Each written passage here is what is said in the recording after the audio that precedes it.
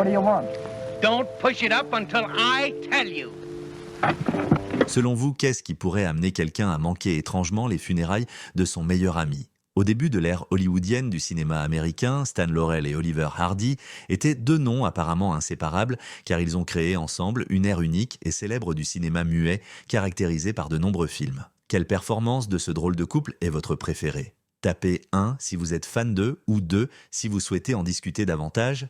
Cependant, les fans ont été déconcertés par l'étrange absence de Stan Laurel au moment où la vie d'Oliver Hardy a été prise. Certaines histoires suggèrent que les deux hommes avaient déjà eu des disputes non résolues, tandis que d'autres suggèrent que Stan était trop dévasté pour faire face à la perte. Maintenant, quelle est la réalité? Pour avoir la réponse, regardons cette vidéo. Au milieu de leur longue et illustre carrière, Laurel et Hardy, connus pour leur statut emblématique dans l'industrie de la comédie, ont commencé leur aventure en tant que duo comique. Stan Laurel et Oliver Hardy s'étaient tous deux fait un nom dans le secteur du divertissement avant de faire équipe. Ils ont eu l'une des collaborations les plus précieuses de l'histoire du cinéma lorsque leurs chemins se sont rencontrés par hasard. Avant de s'installer aux États-Unis, Stan Laurel, né Arthur Stanley Jefferson dans le Lancashire, en Angleterre, en 1890, a débuté sa carrière dans les musicals britanniques. Il a débuté sa carrière dans l'industrie cinématographique auprès de Charlie Chaplin.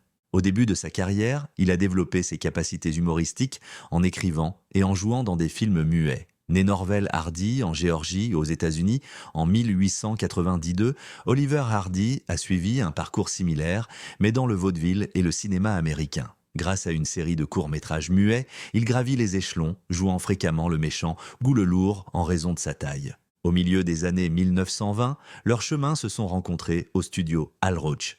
Ce studio, axé sur la comédie, a joué un rôle déterminant dans les premières étapes de la carrière de plusieurs superstars de la comédie. C'est au Roach Studio que le potentiel de Laurel et Hardy en tant qu'équipe a commencé à prendre forme. Malgré leur première apparition ensemble dans le film muet de Lucky Dog en 1921, ils n'étaient pas encore reconnus comme un partenariat. Ils ont développé un style de bande dessinée et une chimie spéciaux sous les studios Hal Roach. L'attitude arrogante et grasse de Hardy correspondait à merveille à l'attitude maigre et confuse de Laurel. Une caractéristique déterminante de leur film était leur humour burlesque, souligné par leur slogan bien connu « Eh bien, voici un autre beau gâchis dans lequel vous m'avez mis ». C'est le directeur créatif Leo McCarey qui a réuni la légendaire équipe de comédiens Laurel et Hardy. Il a vu l'opportunité de combiner le gros Oliver Hardy, américain et quelque peu arrogant, avec l'acteur maigre britannique et plutôt simple Stan Laurel. Leurs personnalités distinctes et leurs attributs physiques se sont combinés pour créer une dynamique qui resterait légendaire dans l'histoire de la bande dessinée. Putting Pants on Philip, leur premier film officiel de duo comique, est sorti en 1927. Ce film bref et muet a joué un rôle crucial dans la mise en place de la dynamique humoristique que Hardy et Laurel développeront et affineront plus tard tout au long de leur carrière. Le court-métrage a exposé les téléspectateurs aux personnalités distinctes des deux comédiens et à leur alchimie. Une formule qui ravirait le public pendant des années a été créée en combinant les explosions de frustration de Hardy avec les farces insensées de Laurel. Laurel et Hardy ont développé leurs personnages et leur style humoristique à travers une série de comédies produites entre 1927 et 1929 pendant la période du cinéma muet. Les qualités comiques distinctives du couple, telles que leur timing impeccable, leurs expressions faciales et leur humour physique, ont été établies en grande partie par ces films.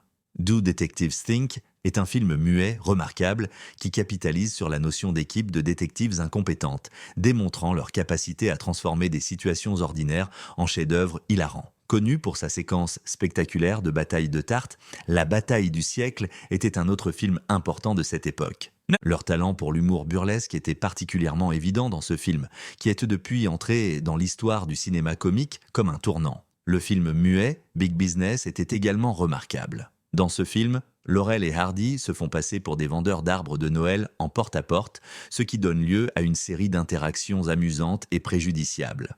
Exemple célèbre de leur art, ce film est fréquemment loué pour sa progression hilarante.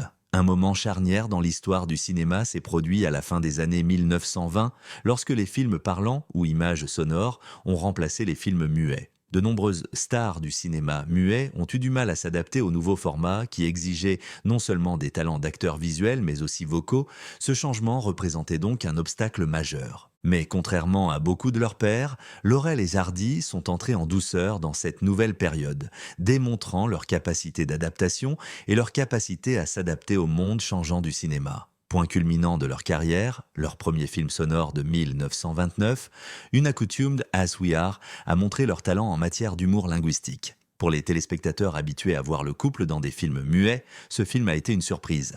Laurel et Hardy ont pu développer de nouveaux aspects de leur identité comique en intégrant leurs émotions vocales et leur timing distinct dans leur humour physique précédemment établi lorsqu'ils sont passés au son. Laurel et Hardy ont réalisé plusieurs images sonores importantes, telles que Another Fine Mess et The Laurel Hardy Murder Case, après que Unaccustomed as We Are soit devenu un succès, en démontrant que leur approche humoristique était à la fois suffisamment robuste et flexible pour répondre aux besoins changeants du cinéma. Ces films ont encore renforcé leur nom dans la période du cinéma parlant. Ils ont réussi à offrir à leur public une expérience nouvelle et encore plus captivante en fusionnant leur humour physique bien connu avec un esprit verbal. Au cours de ces années de formation, le couple a développé leurs identités désormais célèbres. Stan Laurel a dépeint un jeune idiot bien intentionné mais maladroit dont l'impressionnabilité et la naïveté aboutissaient souvent à des épisodes amusants. Cependant, Oliver Hardy a joué le rôle d'un hétéro trop confiant, généralement irrité, dont les intentions étaient de toujours contrecarrer par les erreurs de Laurel.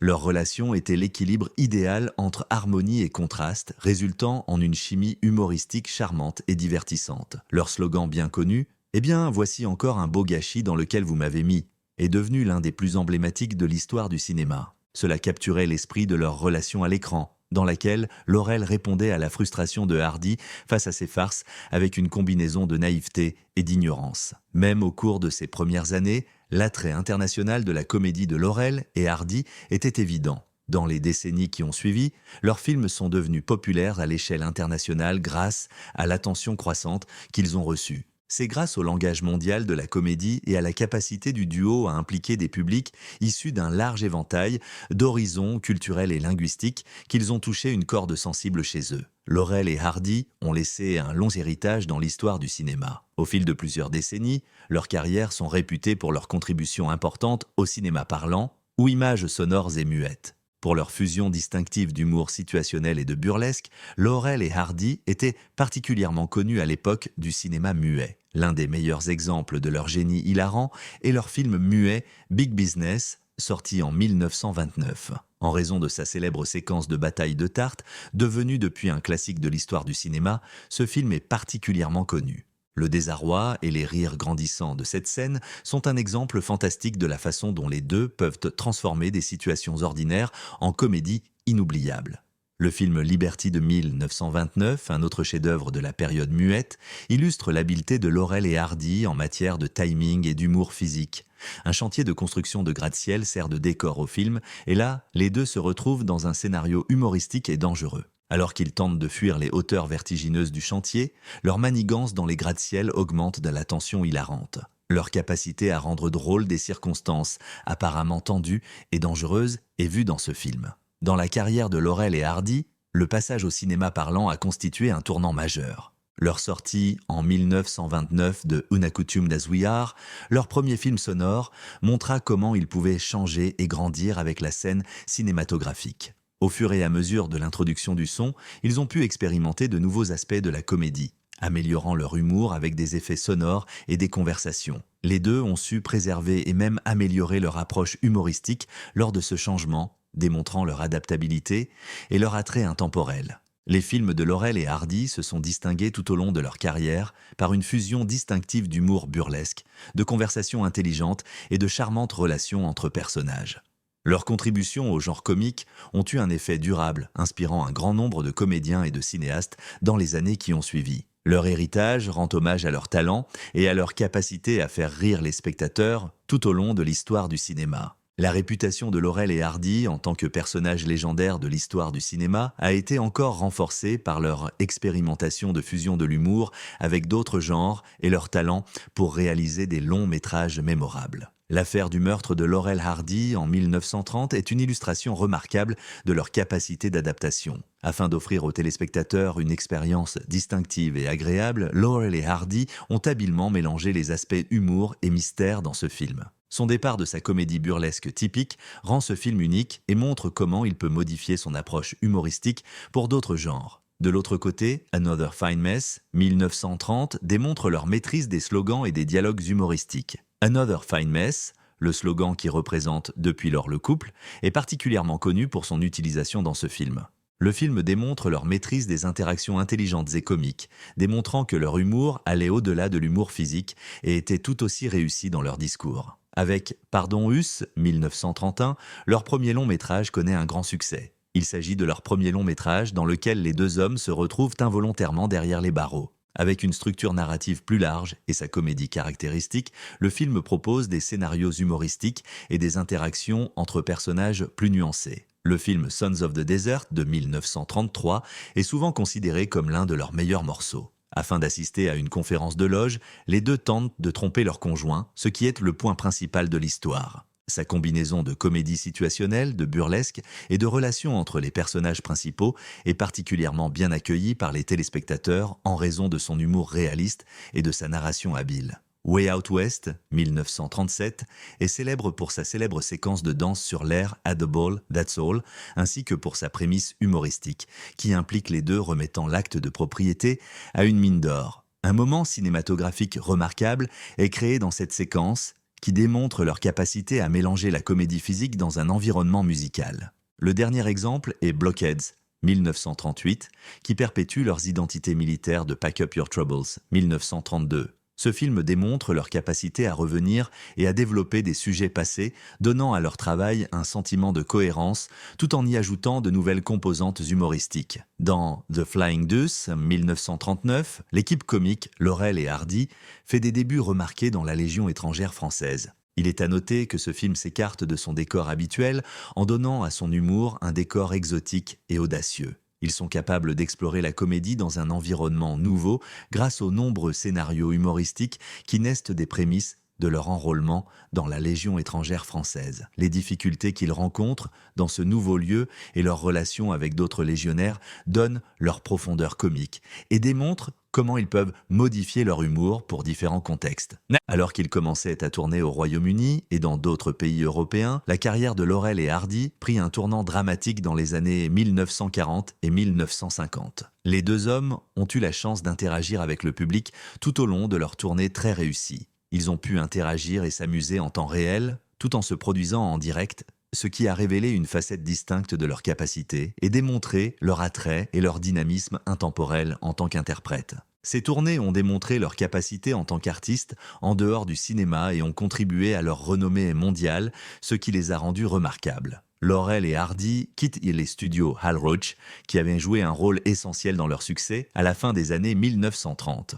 À son apogée, Hal Roach Studios a joué un rôle clé dans la création et la commercialisation de leurs films.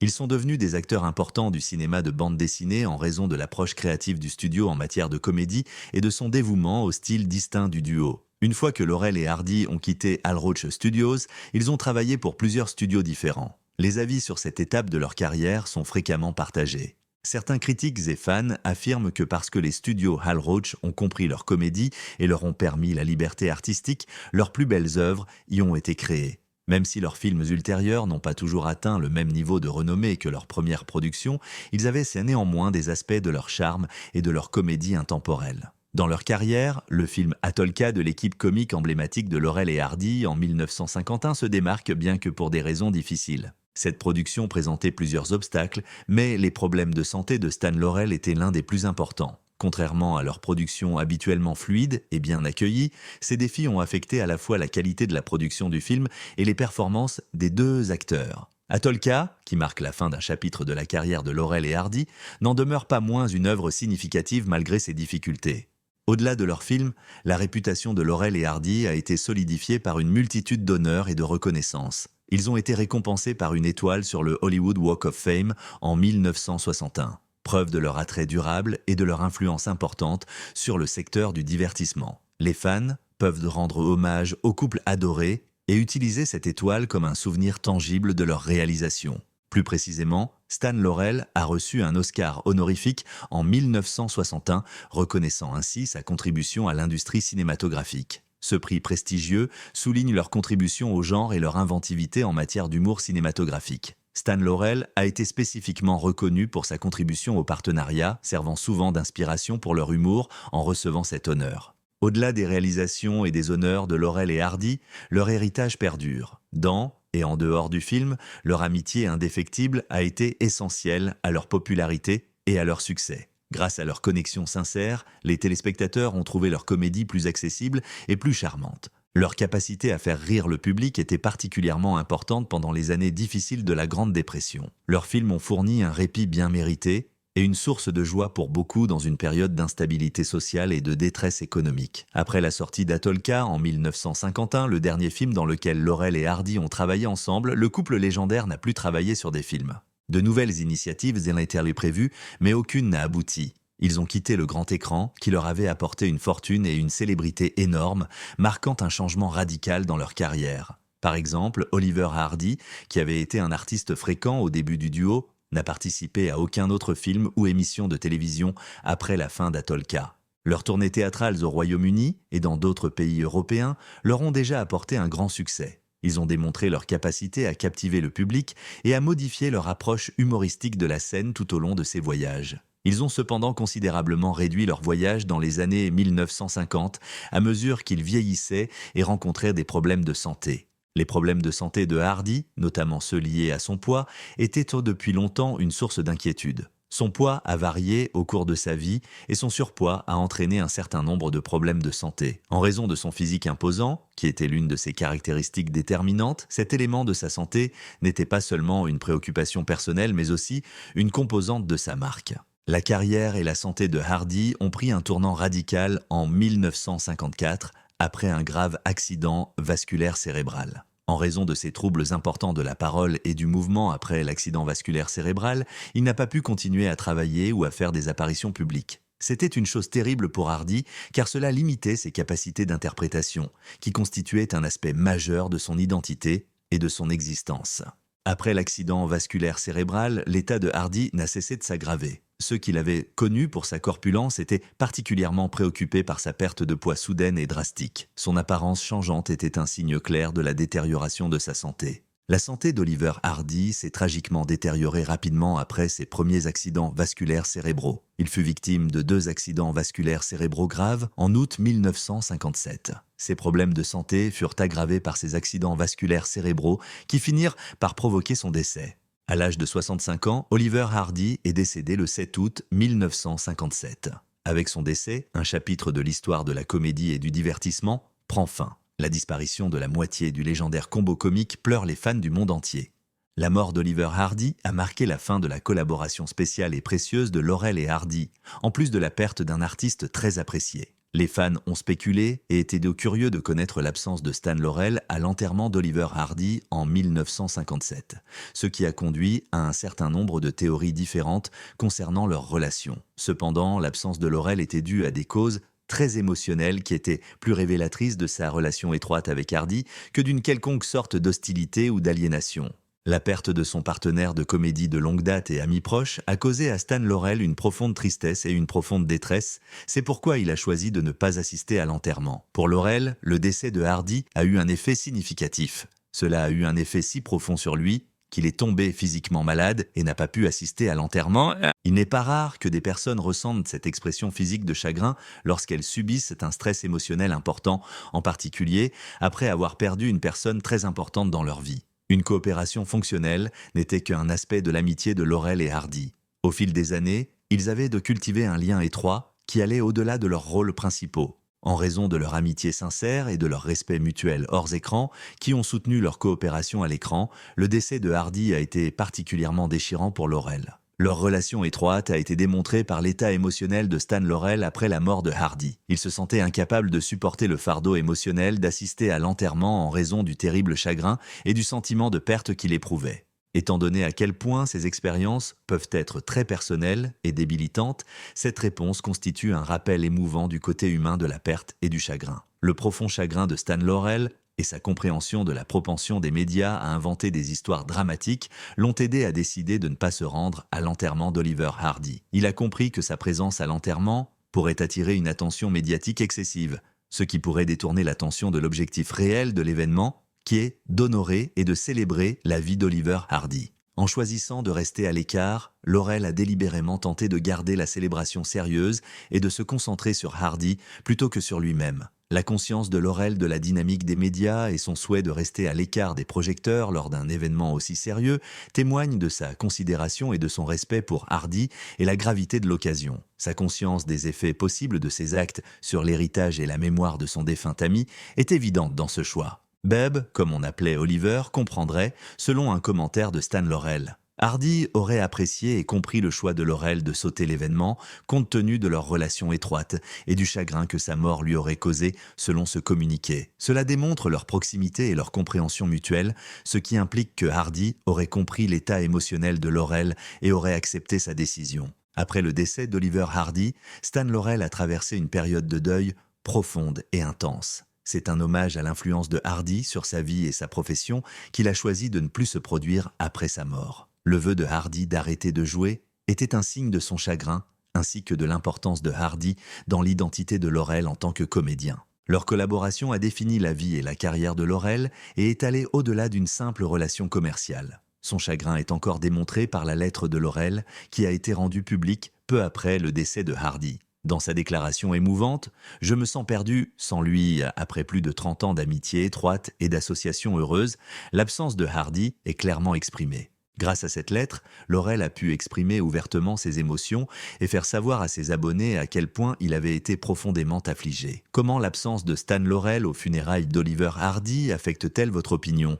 Dites-nous ce que vous en pensez dans l'espace prévu ici. Nous espérons vraiment que cette vidéo vous a été utile.